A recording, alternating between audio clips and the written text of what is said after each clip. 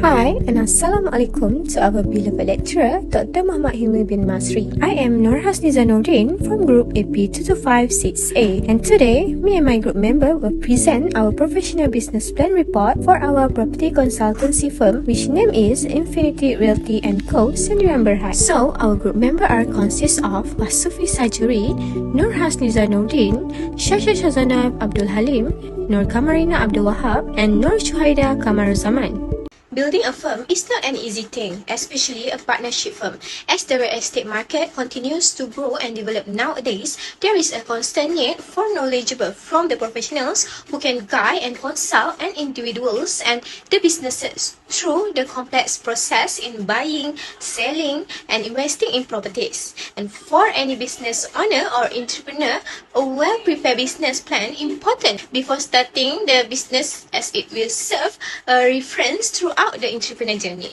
In addition to aiding in the clarification the business concept, a business plan offers insightful information to stakeholders, partners, and investors. So, this is our content that include in this assignment. Before running a property consultant business firm, there is a certain conditions that business owner should follow, which are required as a precondition to form a firm that need to be considered. And the conditions are include: the owner of the company should be a registered person under the board of valuer, appraiser, estate agents, and property managers. And according to the section 23 of Valuer, Appraiser, Estate Agents and Property Manager Act 1981, the provisions to form a property consultant firm, all of the registered persons should practice through a firm. And the sole proprietorship should owned by the registered person, such as the registered valuer, and they must satisfy with all the conditions that specified by the board. In addition, the member of the company, especially the owner and their partnership, should be expertise in real estate field, especially in property consultation. The other precondition that is a basic requirement to be followed in order to form a property consultation firm are: the member must reach the age of 18 and above, and they should be a resident of Malaysia and must not considered as a bankrupt. Next, the member must not convicted of an offence within 5 years prior to appointment or application, and the partnership member should be 2 and maximum of 20 individuals, and the businesses must be registered by Suruhanjaya Syarikat Malaysia SSM, and the company should obtaining a professional indemnity insurance in order to protect the company. The firm will build a strong foundation for this property consulting business by ensuring that all of these preconditions are met. Such a condition must be put in place to guarantee that everyone in charge of running the businesses complies with the guidelines provided by the Malaysia Valuation Standard. In addition, the continual learning, flexibility, and excellent customer service are essential for a success in this competitive field. I will explain about the company names and company logo. So our company name is Infinity Realty & Co. Sdn Bhd, and this is our company logo. So Infinity Realty & Co. offer a wide range of valuation service that cover all the areas of the real estate. And our major goal is to offer client the straightforward real estate solution and valuation through integrated service consulting. So for our mission is to provide a professional real estate valuation service to client to ensure the increasing in the value of its long-term asset by implementing a quality standards. Our vision is to be the one of the top training grounds in Malaysia for real estate valuation professional. So I will present about the registration procedure. So the first is about registration that we need to make if we want to start business in real estate is registration the company according to the board of valuers, appraisers, estate agents, and property managers of Malaysia. The first thing that needs to be done is a search for the company name. When registering a company in Malaysia, it is important to follow the rules and procedures set by the Companies Commissions of Malaysia, which is SSM. Second is application for registration. According to the Valuer, Appraisers, and Estate Agents Rules 1986 under Part 3A, which is the registration of firm, the application for a registration must be followed as stated in Rules 25B. Third step is submission of application to board. Before applying under Rule 25C, there are certain procedures and prerequisites that needs to be fulfilled. The registrar carefully reviews each application for compliance with the rules and the relevant acts, Section 23. Consideration of application is the next step for the registration of company. Rule 25D governs the processing of company registration applications. It ensures that certain conditions are met before an application can be considered. The board must have reasonable assurance that the applicant meets conditions outlined in Section 23 of the relevant law and complies with Rule 25K requirements. Next step is notification of board's decision. According to Section 25E, the board's decision must be communicated to the applicant within 30 days. The registrar is responsible for notifying the applicant of the decision by ordinary mail. The notification should include the date of the board submission, ensuring transparency and keeping the applicant informed. This process ensures timely communication and maintains an open and transparent registration process. Then is the registration fee for the next step. According to Section 25F, business offering valuation, appraisal or estate agency service must pay a registration fee. After receiving notifications, as per Rule 25E, the applicant must submit the fee within 19 days to complete the registration process. Failure to meet this condition result in the application being withdrawn and the applicant cannot reapply for a year from the approval date. The last step is authority to practice. Section 25G covers the issuance of an authority to practice valuation, appraisals, or estate agency. The registrar grants this authorization to a firm upon payment of the required fees. To request the permission, a special form called Form O, as outlined in the second schedule, must be used. The authorization signed by the president and registrar with the boss official seal must be prominently displayed at the company's main office and all other business locations. So next is about registration the company according to the Company Commission of Malaysia, which is SSM. To begin the process of establishing company with the Company Commission of Malaysia, the first is needed to think of a name for business. When registering a company, it can be done under owner's given name or a chosen trade name.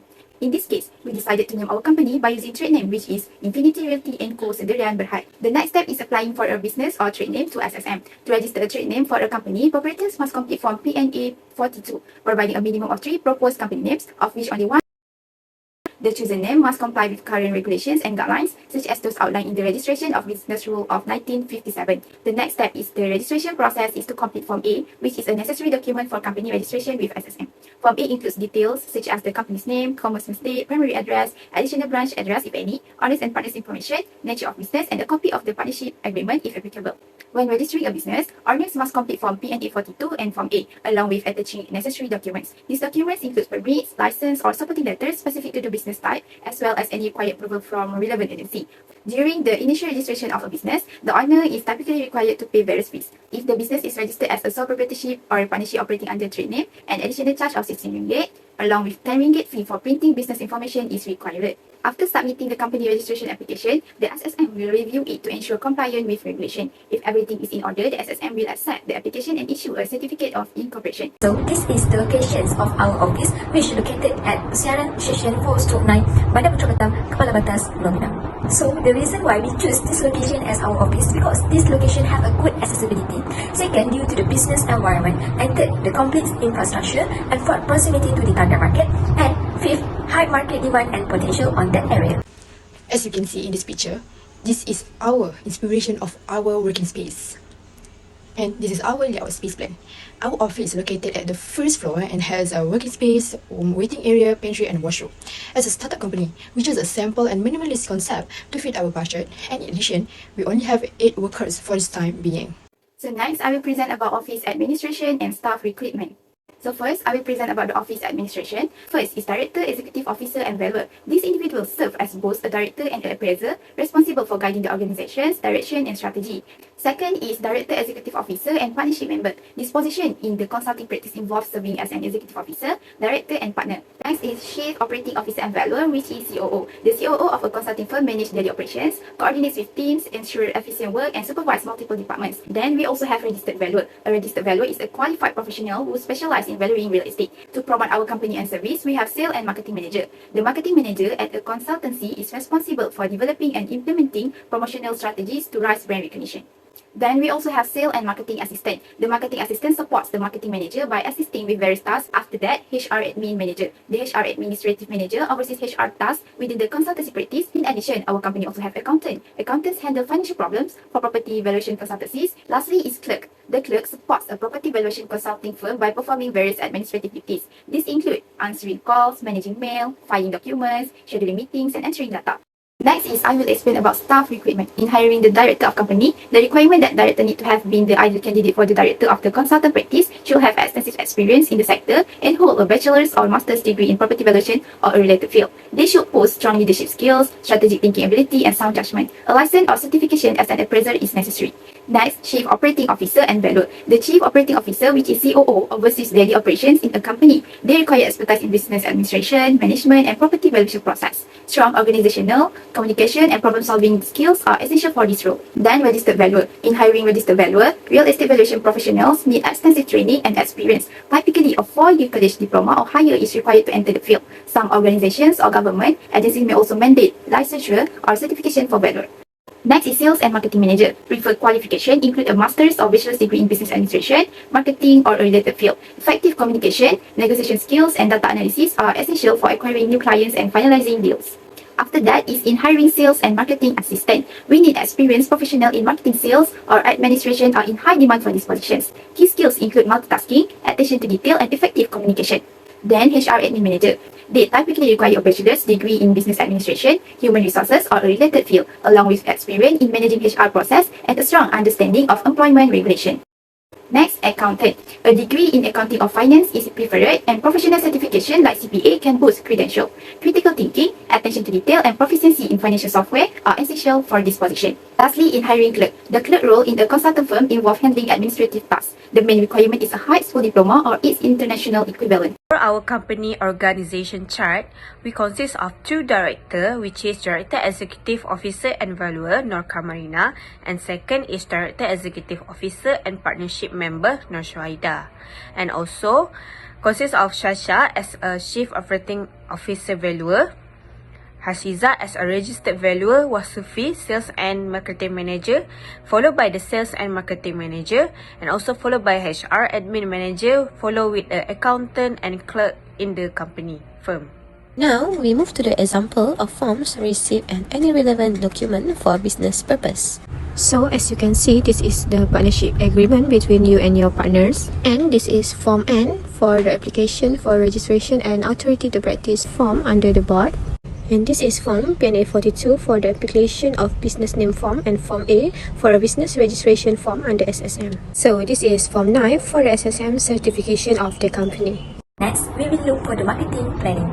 For the first step, we need to define our target market. We need to determine the financial institution we wish to target. Second, we must understand the client needs. So we need to investigate the valuation needs for the financial institutions.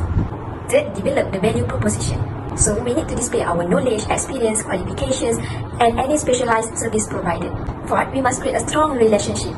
To create a strong relationship, we can attend relevant business events and networking opportunities, join professional organizations, and having a network with important financial institutions. Fifth is showing our expertise. Showing our expertise and knowledge as an expert in the valuation sector. Sixth is leverage testimonials. By giving a good service to the client, it can create satisfaction to the client, and indirectly, it will create a positive word of mouth. Seventh, create a professional website. It should represent professionalism, highlight our expertise, include pertinent information about our service. 8. Leverage digital market channels. For example, we target the online advertising. We create a related content through a video or by using email marketing campaign. This way will make easy for us to reach our target client. 9. Stay updated with industry trends. For example, keep up to date with the newest valuation industry trend, law, and the changes. Lastly, monitor and evaluate the result. Track and analyze the performance of our marketing initiative on a regular basis to determine which method and channels are producing the greatest result and making necessary modifications. So this is the prospective panel client. The prospective panel's client that can be obtained are come from the commercial firm, investment bank, or development financial institutions. So we decided to choose AgroBank under the development financial institutions as our panel's client. This is because working with the AgroBank exposes us to a specific market and allows us to build experience in accessing agricultural assets such as land, livestock, crops, agricultural machinery, and processing facilities. Second, by becoming a members of their panels, we receive access to a wide selection of prospective valuation projects. Next, when it comes to serving client and client's connections, AgroBank is likely to have long-term perspective. This can be benefit for our valuation business by providing perspective for recurrence contract and constant stream of employment. Fourth, the agriculture industry engagement of AgroBank give important insight into market trends, difficulties, and upcoming prospects. We may obtain access to AgroBank industry expertise, data, and research by collaborating with them. Lastly, working with a reputable financial institutions like AgroBank can help to validate our expertise and differentiate our firm from the competitors. And this association can positively impact our brand image and attract other clients in the agriculture sector. What is professional indemnity insurance? Professional indemnity insurance is a vital kind of protection for businesses that provide clients with specialized services or advice. It protects the firm in the event that the client experiences a loss as a direct result of the service or advice supplied by the company, and subsequently initiates legal actions against the company as a result of that loss. According to WIPE 2017, if a firm has professional indemnity insurance, the insurer will cover the cost of the company's legal defense as well as any reimbursement that the company may be compelled to pay to a client as a result of a claim filed against the company. According to Lee 2023, the factors need to be considered when determining the professional indemnity insurance are the qualifications of the professionals and workforce of the firm, the experience of the firm's workforce, the type and nature of the firm's activities, the revenues of the firm over the past years, and the type of contracts entered and the liability details of those contracts. This is the example of how professional indemnity insurance is calculated. The insurer is a red cover company. The inception date of cover is 19 January 2023 and it will be expired a year later. Limit of liability is 9 million ringgit, any one claim and in the aggregate inclusive of costs and expenses, while the retention is 300,000 ringgit each and every claim inclusive of costs and expenses. The professional indemnity insurance premium for our company is 20,000 ringgit. The premium is inclusive of 6% of GST and 10 ringgit stamp duty. And lastly, the premium payment method is 60 days from the inception date of cover. So the conclusion that we have been achieved in this report assignment is our company name, Infinity Realty & Co. Nursyuhaida, has been established in 11 January 2023, and there are few steps of the marketing planning that we have been concluded, such as understanding the client needs, develop value proposition, build a strong relationship, showing our expertise, leverage the testimonials, create a professional website, and leverage digital marketing channel. The prospective panel client that we can be obtained are the commercial bank, and also the valuer can provide the valuable service to the development of financial institutions such as property valuation. So for the professional indemnity insurance, as referred as the PII, is a vital kind of protection for business that provide client with specialized service and advice. It also has protect the firm if a client experience a loss as a direct result of the service or advice supplied by the company and subsequently initiate legal action against the company because of the loss. So we are using AgroBank as our panel, and the calculation of the indemnity of the red cover life planning insurance is RM 2000 of the registered firm.